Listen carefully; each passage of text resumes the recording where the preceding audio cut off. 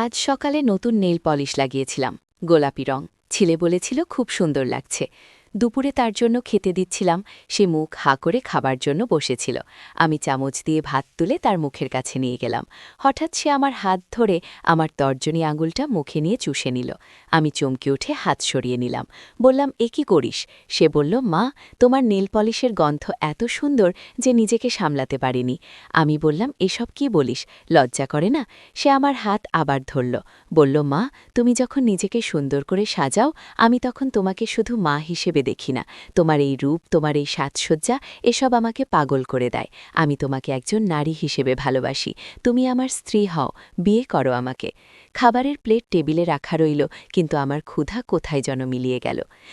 এই গল্পটি সম্পূর্ণ শুনলে আপনাদের পানি অটোমেটিক বের হয়ে যাবে। সো যত দ্রুত সম্ভব হাতের কাছে টিস্যু নিয়ে বসে পড়ুন। বিছানার চাদর যেন নষ্ট না হয় সেটা সম্পূর্ণ খেয়াল রাখার অনুরোধ জানিয়ে গল্পটি এখন শুরু করব। তার আগে সর্বশেষ অনুরোধ, দয়া করে এমন পানি বের করার গল্প নিয়মিত শুনতে আমাদের চ্যানেলটি সকলেই সাবস্ক্রাইব করুন। ধন্যবাদ। হ্যালো বন্ধুরা, আমার নাম মালিকা খান। আমার বয়স ৪১ বছর। আমার স্বামীর নাম রহিম খান, বয়স ৪৭ বছর। আমাদের ২ সন্তান, তানভীর আর সানিয়া। তানভীর ২০ বছর বয়সে ইউনিভার্সিটিতে পড়ে। সানিয়া ১৩ বছর বয়সে হাই স্কুলে যায়। কিন্তু আসল ব্যাপারটা হলো, সেদিন তানভীর যা করেছিল তার পেছনে ছিল একটা বিশাল রহস্য। আমার নেল পলিশের গন্ধে আসলে মিশেছিল এক ধরনের বিষাক্ত পদার্থ, যা তার মস্তিষ্কে প্রভাব ফেলেছিল। এই রাসায়নিক পদার্থটি এসেছিল আমাদের বাড়ির কাছের একটি গোপন ল্যাবরেটরি থেকে। গল্পটা শুরু হয়েছিল ৩ মাস আগে। আমাদের এলাকায় নতুন একটি কসমেটিক্সের দোকান খুলেছিল। দোকানের নাম ছিল মায়াবী বিউটি পার্লার। সেখানকার মালিক ছিল এক রহস্যময় মহিলা। নাম তার ছিল রেশমা বেগম। তার বয়স হবে ৫০-এর কাছাকাছি, কিন্তু দেখতে মনে হতো ৩০-এর মতো। সবসময় কালো পোশাক পরে থাকত, আর তার চোখে ছিল এক অদ্ভুত উজ্জ্বল্য। রেশমা বেগম আমাকে বিনামূল্যে একটি স্পেশাল নেইল পলিশ দিয়েছিল। বলেছিল এটা তার নিজের তৈরি, একদম নতুন ফর্মুলা। আমি প্রথমে সন্দেহ করেছিলাম, কিন্তু পরে ভেবেছিলাম বিনামূল্যের জিনিস তো ক্ষতি কি। সেটাই ছিল আমার সবচেয়ে বড় ভুল। যেদিন তানভীর আমার আঙুল চুষেছিল, সেদিনই আমি বুঝতে পেরেছিলাম কিছু একটা গণ্ডগোল আছে। তানভীর সারাদিন অদ্ভুত আচরণ করছিল। কখনো হাসছিল অগথা, কখনো একা একা কথা বলছিল, কখনো আবার দেয়ালের দিকে তাকিয়ে থাকত। সন্ধেবেলায় তানভীর আমার কাছে এসে বলল, মা, আমার মাথা অদ্ভুত সব ছবি আসছে। মনে হচ্ছে আমি যেন অন্য কোনো জগতে চলে গেছি। সেখানে সবকিছু উল্টোপাল্টা। গাছেরা কথা বলছে, পশুরা উঠছে, আর মানুষরা মাটির নিচে থাকছে গিয়ে। আমি প্রথমে ভেবেছিলাম ও পড়াশোনার চাপে হয়তো অসুস্থ হয়ে পড়েছে, কিন্তু পরদিন সকালে যখন দেখলাম তানভীর ঘুমের মধ্যে অদ্ভুত ভাষায় কথা বলছে, তখন বুঝলাম ব্যাপারটা গুরুতর। আমি ডাক্তারের কাছে নিয়ে গেলাম তানভীরকে। ডাক্তার পরীক্ষা করে বললেন, আপনার ছেলের রক্তে এক ধরনের অজানা রাসায়নিক পদার্থ পাওয়া গেছে। এটা কোনো প্রাকৃতিক উপাদান নয়, কৃত্রিমভাবে তৈরি। কিন্তু এমন কোনো পদার্থ আমি আগে কখনো দেখিনি। ডাক্তারের কথা শুনে আমার মাথায় বাজ পড়ল। হঠাৎ করে মনে পড়ল রেশমা বেগমের কথা, আর সেই স্পেশাল নেল পলিশের কথা। আমি দৌড়ে বাড়িতে এসে নেল পলিশের বোতলটা নিয়ে একটা ল্যাবে পরীক্ষা করাতে দিলাম। ৩ দিন পর রিপোর্ট পেলাম। তাতে লেখা ছিল যে নেল পলিশে মেশানো আছে এক ধরনের হ্যালুসিনোজেনিক কেমিক্যাল, যা স্পর্শের মাধ্যমে শরীরে প্রবেশ করতে পারে। এই কেমিক্যালের নাম ছিল মায়াবিন ৭৭। এটা এক ধরনের মাইন্ড কন্ট্রোল ড্রাগ। আমি সঙ্গে সঙ্গে পুলিশে খবর দিলাম, কিন্তু যখন পুলিশ গিয়ে দেখল মায়াবী বিউটি পার্লার, তখন সম্পূর্ণ খালি। রেশমা বেগম কোথায় যেন উধাও হয়ে গেছে। দোকানে শুধু পড়েছিল কিছু ভাঙা আয়না আর ছোট ছোট কাঁচের টুকরো। পুলিশ তদন্ত করে জানতে পারো যে রেশমা বেগম আসলে একটি আন্তর্জাতিক চোরা কারবারি চক্রের সদস্য। তারা বিভিন্ন দেশে মাইন্ড কন্ট্রোল ড্রাগ তৈরি করে বিক্রি করত। তাদের উদ্দেশ্য ছিল মানুষের মস্তিষ্ক নিয়ন্ত্রণ করে তাদের দিয়ে অপরাধমূলক কাজ করানো। কিন্তু গল্পটা এখানেই শেষ নয়। তানভীরের অবস্থা দিন দিন খারাপ হতে লাগল। সে সারাক্ষণ বিটবিট করে অদ্ভুত সব কথা বলত। কখনো বলতো সে স্বপ্নে দেখছে যে রেশমা বেগম তাকে ডাকছে, কখনো আবার বলতো যে সে একটা গুপ্ত সুড়ঙ্গ দেখতে পাচ্ছে, যেটা আমাদের বাড়ির নিচ দিয়ে গেছে। একদিন রাতে তানভীর ঘুমের মধ্যে উঠে বাইরে যেতে চেষ্টা করল। আমি তাকে থামিয়ে জিজ্ঞেস করলাম, কোথায় যাচ্ছিস? সে উত্তর দিল, মা, রেশমা খালা ডাকছে, বলছে গুপ্তধনের জায়গা দেখিয়ে দেবে গো। আমি বুঝলাম যে ড্রাগের প্রভাবে তানভীরের মস্তিষ্কে ভুল সিগন্যাল যাচ্ছে। তাকে হাসপাতালে ভর্তি করালাম। ডাক্তাররা নিয়মিত ট্রিটমেন্ট দিতে লাগলেন। হাসপাতালে থাকার সময় তানভীর একদিন আমাকে বলল, মা, আমি স্বপ্নে দেখেছি যে আমাদের বাড়ির পেছনের বাগানে একটা গোপন কক্ষ আছে। সেখানে রেশমা খালা অনেক অদ্ভুত জিনিস লুকিয়ে রেখেছে। প্রথমে আমি ভেবেছিলাম এগুলো হ্যালোসিনেশন, কিন্তু কৌতূহলবশত একদিন আমি বাগানে খোঁজাখুঁজি করলাম। আশ্চর্যের ব্যাপার হল, আসলেই বাগানের এক কোণে মাটি কিছুটা নরম ছিল। মনে হল যেন কেউ এখানে মাটি খুদে আবার ভরাট করেছে। আমি স্বামী রহিমকে ডেকে বিশ্বাসটা জানালাম। আমরা দুজনে মিলে সেখানে খুঁড়ি শুরু করলাম। প্রায় ৩ ফুট খোঁড়ার পর একটা কাঠের বাক্স পেলাম। বাক্সটা খুলে দেখি ভেতরে আছে অনেকগুলো কাচের বোতল, কিছু কাগজপত্র আর একটা ডায়েরি। ডায়েরিটা খুলে পড়তে শুরু করলাম। সেখানে লেখা ছিল রেশমা বেগমের সব পরিকল্পনা। সে এই এলাকার অনেক মানুষকে তার বানানো ড্রাগ দিয়েছিল। তার উদ্দেশ্য ছিল একটা বড় ডাকাতির দল তৈরি করা। সে চেয়েছিল মানুষের মস্তিষ্ক নিয়ন্ত্রণ করে তাদের দিয়ে শহরের বট ব্যাংক ডাকাতি করাতে। কিন্তু ডায়েরিতে আরও অনেক চমকপ্রদ তথ্য ছিল। রেশমা বেগম আসলে একা কাজ করত না, তার সাথে ছিল আরও ৫ জন। তারা বিভিন্ন শহরে এই ধরনের বিউটি পার্লার খুলে একই কাজ করত। সবচেয়ে অবাক করা বিষয় হল, ডায়েরিতে লেখা ছিল যে আমাদের এলাকার অনেক মানুষই তাদের ড্রাগের শিকার হয়েছিল, কিন্তু বেশিরভাগ মানুষই টের পায়নি, কারণ ড্রাগের মাত্রা ছিল খুব কম। আমি সঙ্গে সঙ্গে পুলিশকে খবর দিলাম। তারা এসে ডায়েরি আর বাক্সের সব জিনিস নিয়ে গেল। এরপর শুরু হলো ব্যাপক তদন্ত। তদন্তে বেরিয়ে এলো যে রেশমা বেগমের দল শুধু আমাদের শহরেই নয়, সারা দেশের বিভিন্ন জায়গায় এই কাজ করেছে। তারা হাজার হাজার মানুষকে তাদের ড্রাগ দিয়েছে, কিন্তু সৌভাগ্যের বিষয় হল বেশিরভাগ ক্ষেত্রেই ড্রাগের প্রভাব স্থায়ী হয়নি। পুলিশ আরও জানতে পারল যে এই ধরনের ড্রাগ তৈরি কারখানা ছিল শহর থেকে ৫০ কিলোমিটার দূরে একটা পরিত্যক্ত ইটভাটায়।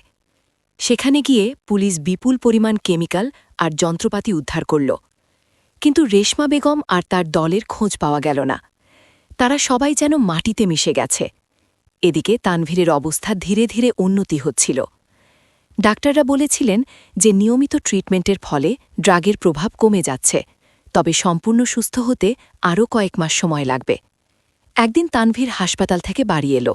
সে অনেকটাই ভালো হয়ে গেছে, কিন্তু মাঝে মাঝে এখনও অদ্ভুত স্বপ্ন দেখে। স্বপ্নে সে দেখে যে রেশমা বেগম তাকে ফিরে আসার জন্য ডাকছে। একদিন রাতে তানভীর আমাকে জাগিয়ে বলল, মা, আমি স্বপ্নে দেখলাম যে রেশমা খালা আর তার দল একটা বট শহরে গিয়েছে। সেখানে তারা আবার নতুন করে কাজ শুরু করেছে গিয়ে।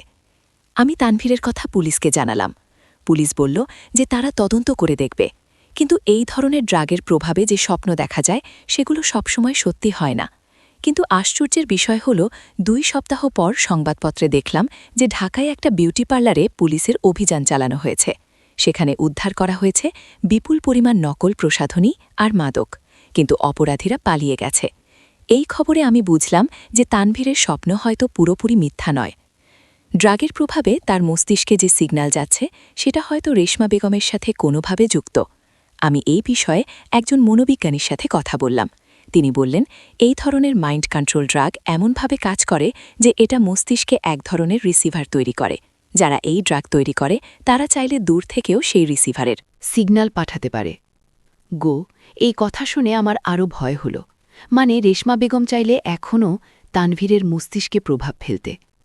মনোবিজ্ঞানী বললেন, হ্যাঁ, এটা সম্ভব, তবে নিয়মিত ট্রিটমেন্টের ফলে এই রিসিভারের ক্ষমতা কমে যায়, আর কয়েক মাস ট্রিটমেন্ট চালিয়ে গেলে এই সংযোগ সম্পূর্ণভাবে বন্ধ হয়ে যাবে। এরপর থেকে আমি তানভীরের যত্ন নিতে লাগলাম আরও বেশি করে।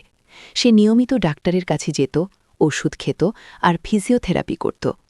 কয়েক মাস পর তানভীর প্রায় সুস্থ হয়ে গেল। সে আবার কলেজে যেতে শুরু করল, কিন্তু এখনও মাঝে মাঝে অদ্ভুত স্বপ্ন দেখে। একদিন সানিয়া আমাকে বলল, আম্মু, আমার একটা বান্ধবী বলেছে যে তাদের এলাকায় একটা নতুন বিউটি পার্লার খুলেছে। সেখানকার মালিক নাকি খুবই সুন্দর প্রসাধনী বানায়। সানিয়ার কথা শুনে আমার গায়ের লোম খাড়া হয়ে গেল। আমি জিজ্ঞেস করলাম, সেই পার্লারের নাম কি? সানিয়া বলল, স্বপ্নিল বিউটি কর্নার। আমি সঙ্গে সঙ্গে পুলিশকে ফোন করলাম। তাদের জানালাম নতুন বিউটি পার্লারের। পুলিশ বলল তারা খোঁজ খবর নেবে। পরদিন পত্রিকায় দেখলাম যে স্বপ্নিল বিউটি কর্নার থেকে পুলিশ একজন সন্দেহভাজন মহিলাকে গ্রেফতার করেছে। তার কাছ থেকে পাওয়া গেছে বিপুল পরিমাণ রাসায়নিক পদার্থ। এই খবরে আমি কিছুটা স্বস্তি পেলাম, কিন্তু মনে মনে ভাবলাম, রেশমা বেগম কি এখনও পালিয়ে বেড়াচ্ছে? সে কি আরও কোথাও এই ধরনের কাজ করছে?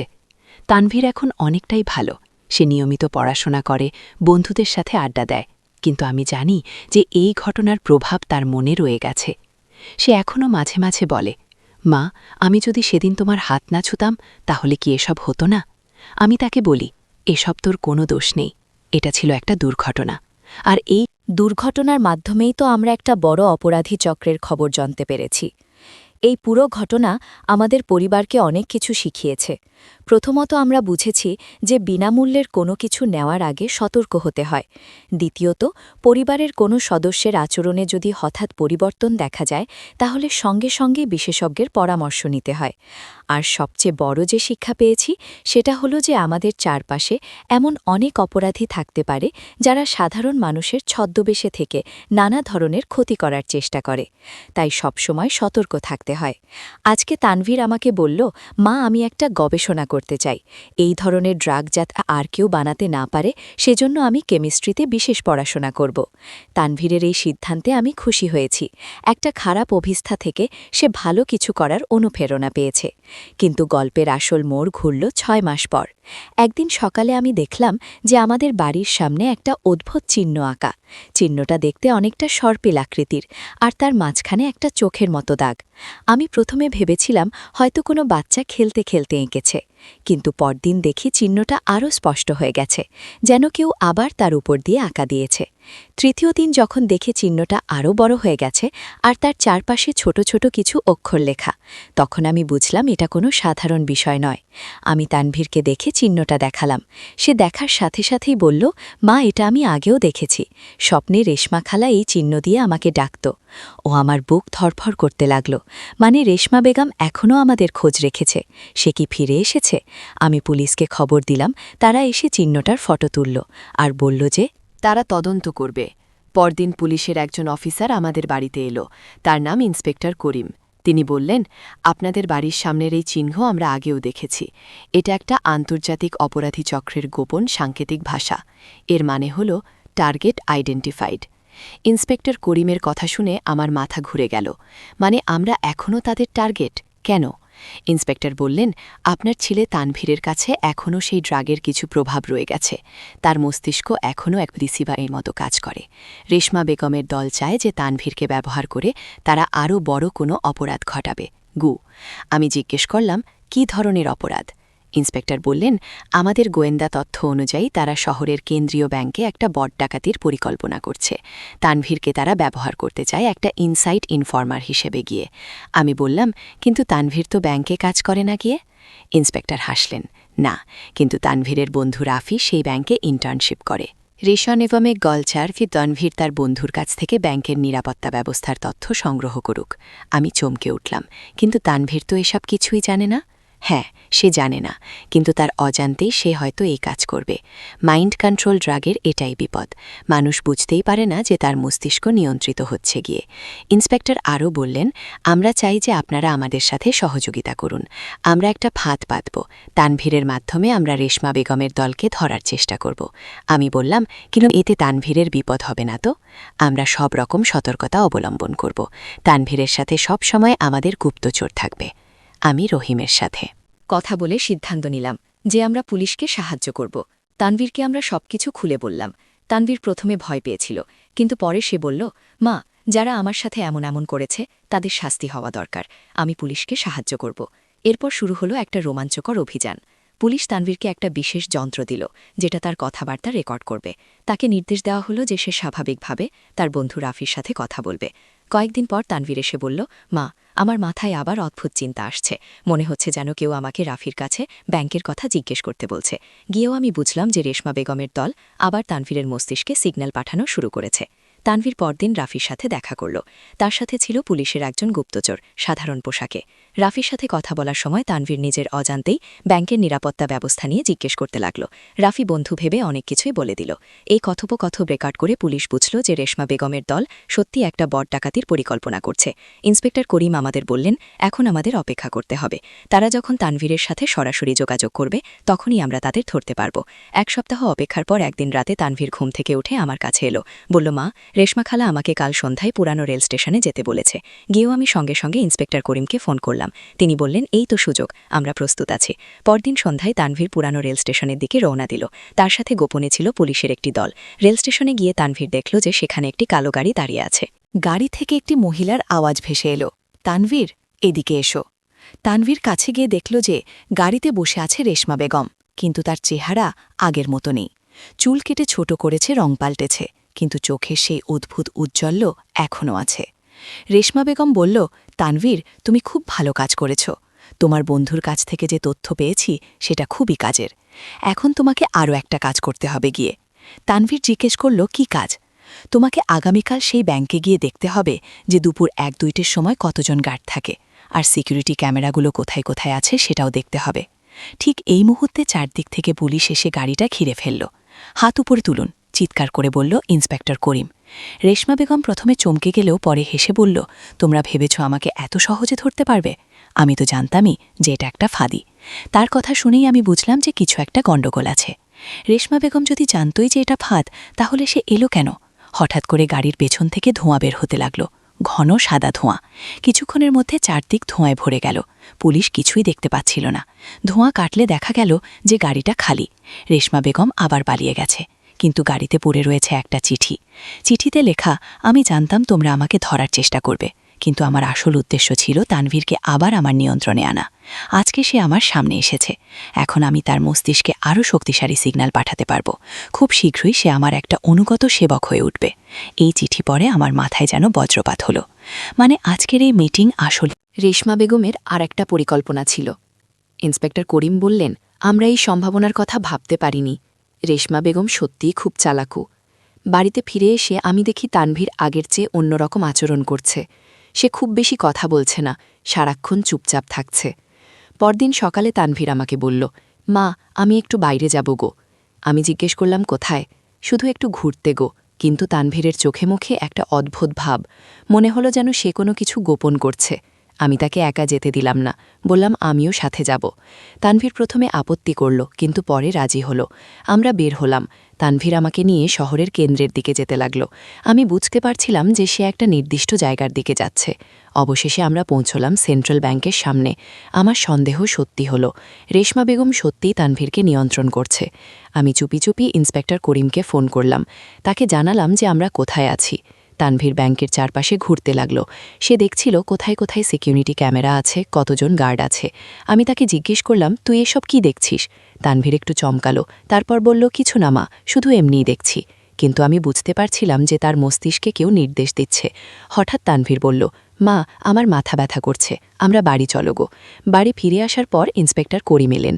তিনি তানভীরকে পরীক্ষা করে বললেন, রেশমা বেগমের দল এখন তানভীরের মস্তিষ্কে অনেক বেশি শক্তিশালী সিগন্যাল পাঠাচ্ছে।